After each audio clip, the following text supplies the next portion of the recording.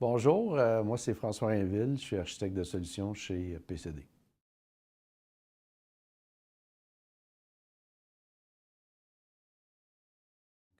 Les gens se posent des questions sur qu'est-ce que ça va prendre en termes matériels. Est-ce que j'ai l'équipement nécessaire? Est-ce que la réseautique, le stockage, les serveurs sont suffisants pour supporter ce nouvel environnement-là? Il y a une question aussi là-dedans de dimensionner quel sera cet environnement-là, comprendre, parce que ANA fonctionne purement en mémoire, combien de mémoire que je vais avoir besoin là, pour être capable de faire fonctionner cette base de données-là, ANA, dans mon environnement, dans mon infrastructure éventuelle.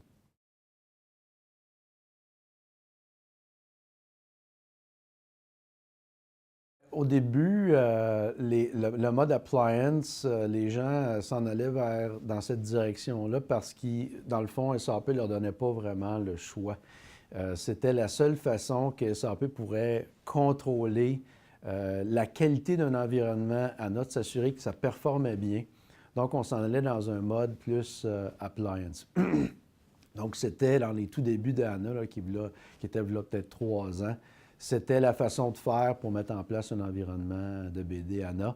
Maintenant, avec le mode TDI, on a une flexibilité qu'on n'avait pas avant, flexibilité de réutiliser certaines des composantes de nos environnements s'ils répondent à certains paramètres de performance. Potentiellement, on aura juste le besoin d'aller chercher un serveur avec suffisamment de mémoire vive pour faire fonctionner ANA. Fait que la grande différence, c'est qu'au début, le client n'avait pas le choix. Aujourd'hui, on peut encore acheter des appliances, mais de plus en plus, les gens veulent aller dans un mode TDI parce que ça répond mieux aux standards de leurs environnements et ça s'intègre mieux à leurs environnements opérationnels.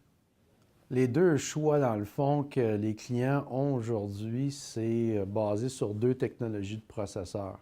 Les technologies de processeurs Intel que les gens connaissent très bien, sur lesquelles les gens vont utiliser souvent VMware comme plateforme de virtualisation. L'autre technologie, c'est celle d'IBM, la technologie des processeurs Power, les Power 8 principalement, qui sont certifiés là, pour les environnements de production que de non-production. Donc, c'est vraiment les deux choix qu'on a. Si on est un client qui utilise du AIX comme système d'exploitation sur Power, ça va être une évolution naturelle de continuer sur cette plateforme-là pour exploiter les avantages que la technologie Power, le Power 8 a avec sa virtualisation.